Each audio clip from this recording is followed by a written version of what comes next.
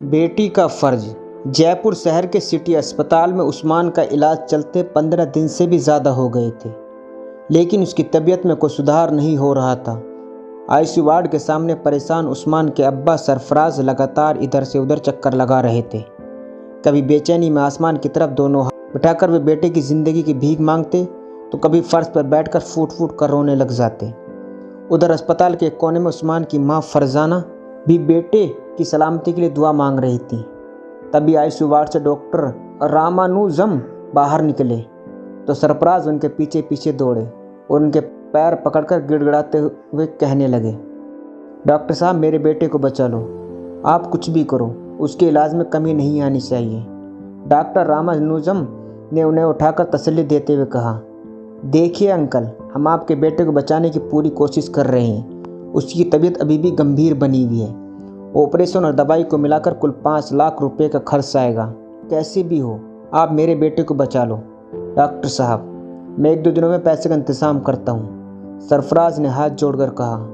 काफ़ी भाग दौड़ के बाद भी जब सरफराज से सिर्फ 2 लाख रुपए का इंतज़ाम हो सका तो निराश होकर उन्होंने बेटी नज़मा को मदद के लिए दिल्ली फ़ोन मिलाया। उधर से फ़ोन पर दामाद अनवर की आवाज़ आई, हेलो अब्बू, क्या हुआ, कैसे फ़ोन किया? बेटा अनवर, उस्मान की तबीयत ज़्यादा ही ख़राब है। उसके ऑपरेशन और इलाज के लिए 5 लाख रुपये की ज़रूरत थी। हमसे 2 लाख रुपये का ही इंतज़ाम हो सका है बेटा। और सरफराज का गला भर आया।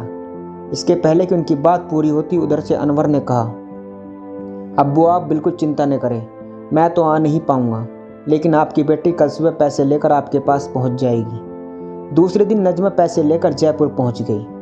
कामयाब ऑपरेशन के बाद डॉक्टरों ने उस्मान को बचा लिया। धीरे धीरे 10 साल गुजर गए। इस बीच सरफराज ने गांव की कुछ ज़मीन बेचकर उस्मान को इंजीनियरिंग की पढ़ाई कराई और मुंबई एयरपोर्ट पर उसकी नौकरी लग गई। उसने अपने साथ काम करने वाली लड़की रेणु से शादी भी कर ली और ससुराल में ही रहने लगा। इसके बाद उस्मान का माँ बाप से मिलने आना बंद हो गया। कई बार वो बीमार भी हुए, उसे खबर भी दी, फिर भी वह नहीं आया। एक दिन सुबह सवेरे टेलीफोन की घंटी बजी। सरफराज ने फ़ोन उठाकर सुना तो उधर से उस्मान बोल रहा था, हेलो अब्बा, कैसे हैं आप सब लोग? अब्बा, मुझे एक परेशानी आ गई है। मुझे 10 लाख रुपए की सख्त ज़रूरत है। मैं 2-3 दिन में पैसे लेने आ जाता हूँ। बेटा, तेरे ऑपरेशन के वक्त बेटी नजमा से उधार लिए 3 लाख रुपए चुकाने ही मुश्किल हो रहे हैं। ऐसे मुझसे 10 लाख रुपए का इंतज़ाम नहीं हो सकेगा। मैं मजबूर हूँ बेटा, सरफराज ने कहा। इसके आगे सरफराज कुछ बोलता तभी उस्मान गुस्से से उस पर भड़क उठा। अब्बा, मुझे आपसे यही उम्मीद थी। मुझे पता था कि आप यही कहेंगे। आपने ज़िंदगी मेरे लिए क्या ही किया है। और उसने फ़ोन काट दिया। अपने बेटे की ऐसी बातें सुनकर सरफराज को गहरा सदमा लगा। वो गुमसुम रहने लगे। सारा दिन घर में पड़े पड़े वो बड़बड़ाते रहते। एक दिन अचानक शाम को सीने में दर्द के बाद सरफराज लड़खड़ा कर गिर पड़े। वो बीवी फरजाना उन्हें पलंग पर लिटा दिया। कुछ देर बाद डॉक्टर ने आकर जांच की और कहा, इनकी तबीयत बहुत ज़्यादा ख़राब है, इन्हें बड़े अस्पताल में ले जाना पड़ेगा।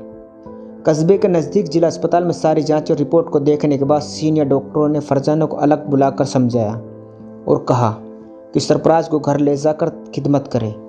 डॉक्टर साहब की बात सुनकर घबराई फरजाना ने बेटे उस्मान को फ़ोन कर बीमार बाप से मिलने आने की गुजारिश करते हुए आखिरी वक्त में साथ होने की दुहाई भी दी।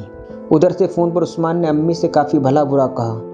गुस्से में भरे उस्मान ने यह तक कह दिया, आप लोगों से मेरा कोई रिश्ता नहीं है, आइंदा मुझे फ़ोन भी मत करना। बेटे की ऐसी बात सुनकर फरजाना घबरा गई। उन्होंने नज़मा को दिल्ली फ़ोन किया।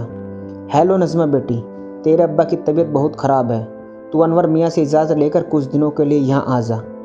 नज़मा ने उधर से फ़ौरन जवाब दिया, अम्मी आप बिल्कुल मत घबराना, मैं आज ही शाम तक आपके दामाद के साथ आपके पास पहुँच जाऊँगी।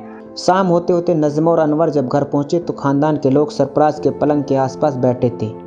नज़मा भागकर अब्बा से लिपट गई। दोनों बाप बेटी बहुत देर तक रोते रहे। देखो अब्बा, मैं आ गई हूँ, आप अब मेरे साथ दिल्ली चलेंगे, वहाँ हम आपका बढ़िया इलाज कराएंगे, आप बहुत जल्द ठीक हो जाएंगे, नज़मा ने रोते रोते कहा। आंखें खोलने की कोशिश करते हुए सरफराज ने बड़ी देर तक नज़मा के सिर हाथ फेरा और कहा, नज़मा बेटी, अब मैं कहीं नहीं जाऊँगा। अब तू जो आ गई है, मुझे सुकून से मौत आ जाएगी। ऐसा मत बोलो अब्बा, आपको कुछ नहीं होगा।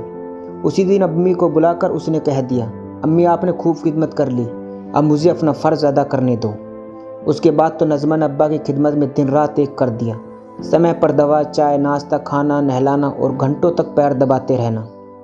सारी रात पलंग पर बैठकर जागना उसका रोज़ाने का काम हो गया। कई बार सरफराज ने नज़मा से मना भी किया, लेकिन हर बार यही कहती, अब्बा आपने हमारे लिए क्या नहीं किया। आप भी हमें अपने हाथों से खिलाते, नहलाते, स्कूल ले जाते, कंधे पर बैठाकर घुमाते थे। सब कुछ तो किया, अब मेरा फ़र्ज़ अदा करने का वक्त है। मुझे मत रोको अब्बा।